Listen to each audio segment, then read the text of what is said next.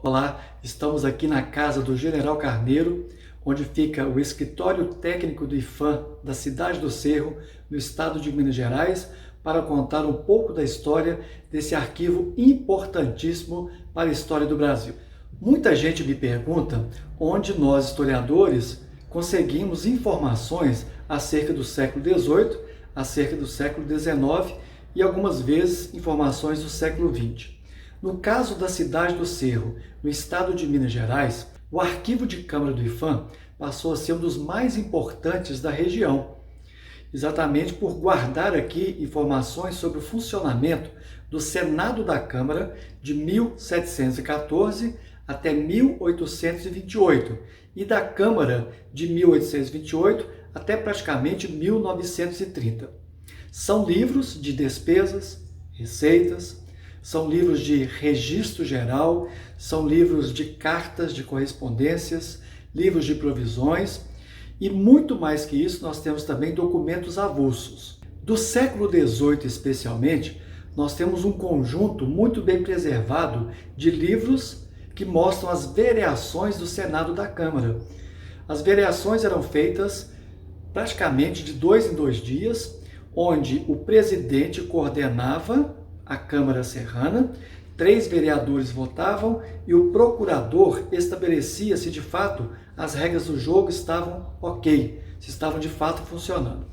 A partir daí, toda essa documentação era registrada em livros e, com a criação da comarca do Cerro do Frio em 1720, todos os livros do Senado da Câmara, obrigatoriamente, eram corrigidos. Era feita uma correção do ouvidor geral no final do ano.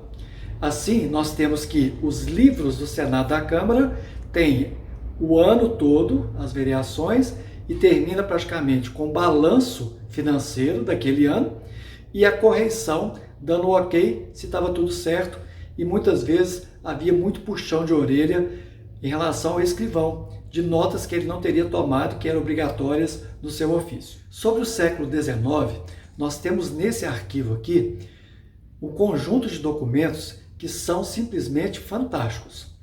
Para quem gosta da história da educação, o arquivo do século XIX do IPHAN Cerro talvez seja um dos mais completos que a gente já tem encontrado no Brasil. Nós temos aqui documentos da Escola Normal, que funcionou no final do século XIX na cidade do Cerro. Nós temos documentos que comprovam uma circulação de exercícios, provas, mapas de alunos, diários de professores, tudo isso na região serrana. Nós temos mapas de aulas públicas funcionando em Três Barras, São Gonçalo do Rio das Pedras, Milho Verde, Rio Vermelho, Serra Azul, na época Casa de Telha, Santo Antônio do Itambé, na época Itambé da Vila e tantos outros lugares.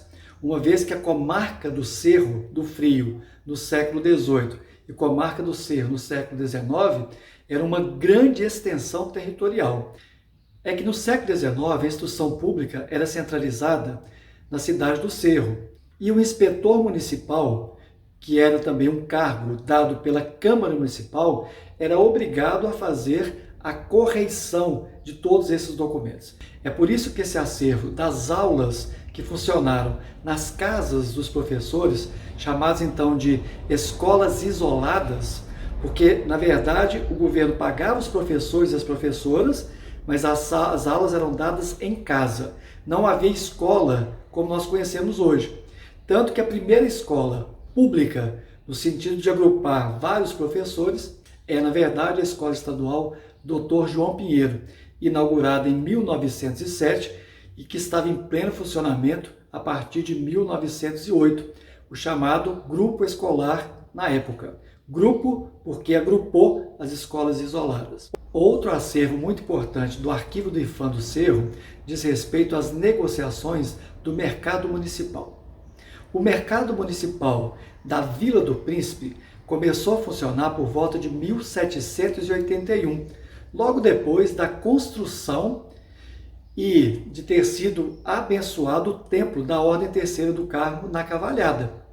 Logo depois começou a funcionar o Rancho do Carmo como mercado municipal. Na época, a Irmandade ou Ordem Terceira do Carmo negociava com o Senado da Câmara o pagamento do aluguel. Com isso, durante todo o século XIX, a Igreja do Carmo tinha remuneração, tinha renda para manter suas obras. O mercado municipal saiu da praça, atualmente Praça João Pinheiro, foi transferido para a Praça Ângelo Ribeiro de Miranda, a chamada Praça da Rodoviária ou da antiga rodoviária, e a partir daí nós temos exatamente o fim dessa realidade do rancho do Carmo lá na praça. Outro acervo muito importante do arquivo do IPHAN na cidade do Cerro diz respeito à música. Quando eu era secretário de Turismo e Cultura e também participava da Banda Santíssimo Sacramento como músico e muitas vezes na diretoria, nós achamos por bem pegar todas as partituras que estavam no arquivo da banda, muitas vezes rasgados, depauperados, totalmente sujos, mofados e bagunçados. Eu contratei do meu próprio bolso um rapaz para fazer uma certa catalogação, arrumar as peças para todos os instrumentos. Depois disso eu fiz uma revisão final justamente com o maestro, colocamos tudo embalado, peça por peça, dobrado por dobrado, obra por obra, e chegamos então a um resultado muito interessante. Descobrimos, por exemplo, que há várias partituras de instrumentos que nem são usados mais em bandas de música, desapareceram. São acervo de museu. Esse acervo foi destinado ao IPHAN Cerro para guardar os documentos, deixando bem claro, nesse acordo que foi feito com o IPHAN, que essas partituras nunca sairão da cidade do Cerro, mesmo porque pertence à memória musical dessa cidade e da antiga Vila do Príncipe. É importante destacar que as bandas de música em Minas Gerais fazem parte de qualquer festa, de qualquer festividade, seja a procissão do Império, seja a procissão de Nossa Senhora do Rosário, e muitas vezes até mesmo em velórios e sepultamentos. A banda é tão comum para os mineiros que muitas vezes nós nem percebemos que por trás dela existe uma arte que vai até o século XVIII. Lá no século XVIII era muito comum, por exemplo, que proprietários de escravos mandassem esses seus escravos aprenderem a arte liberal da música para ganhar algum dinheiro por fora para os seus donos, já que toda festa, as liras ou bandas de música eram convidadas para tocar e para se exibirem. Sem música não acontecia nada.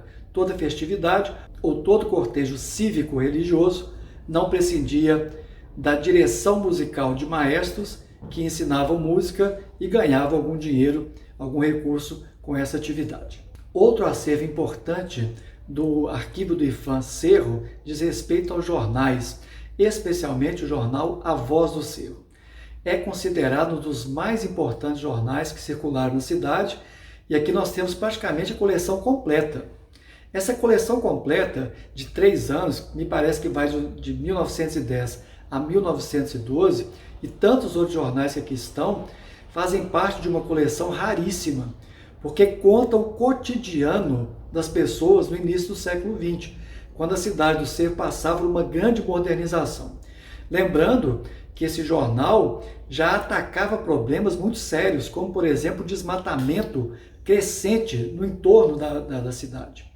E nós temos alguns jornais de 1918, por exemplo, o Ibiti-Ruí, onde o Dr. Dario Augusto Ferreira da Silva, um dos maiores historiadores que a cidade já teve e que infelizmente escreveu apenas um livro, Memórias sobre o Cerro Antigo, publicou vários e vários artigos sobre a história do Cerro, com o pseudônimo Serrano Prístino ou Serrano Velho, Serrano Antigo.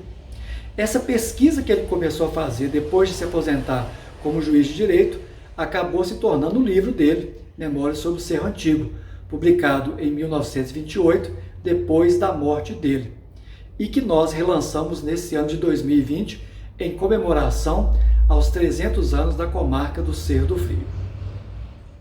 Este arquivo de Câmara do IPHAN Cerro já esteve na Casa dos Ottoni durante muitos anos. Muitos grandes historiadores do Brasil e também do exterior já passaram por esse arquivo. Podemos citar os serranos, Dario Augusto Ferreira da Silva, o alferes Luiz Pinto, que frequentou muitíssimo esse acervo e transcreveu muitos e muitos documentos para a revista do Arquivo Público Mineiro. E podemos destacar, por último, a minha amiga Maria Eremita de Souza, professora, negra, historiadora, uma das mais interessantes figuras do século XX, exatamente porque transcreveu em seus cadernos pessoais praticamente todos os livros que ela conseguia ler. E é um acervo inestimável para a cidade do Cerro, porque vários livros que ela transcreveu, as traças comeram. Não há mais como fazer leitura desses livros. Esses 3 historiadores serranos são muito importantes, mas nós podemos destacar também a figura de José Murilo de Carvalho, que quando pesquisou sobre a história do Brasil, esteve no Cerro e pesquisou nesse arquivo, tirando aqui informações fundamentais para a compreensão do Brasil no século XIX, na virada da monarquia para a república. O seu livro, A Formação das Almas, é considerado um dos mais importantes livros da atual historiografia brasileira. É isso, espero que você tenha gostado dessa história desse arquivo e também valorize mais esse arquivo, valorize mais o IPHAN da cidade do Cerro e tudo que essa instituição tem feito pela cidade desde 1938. Reclame menos, reconheça mais.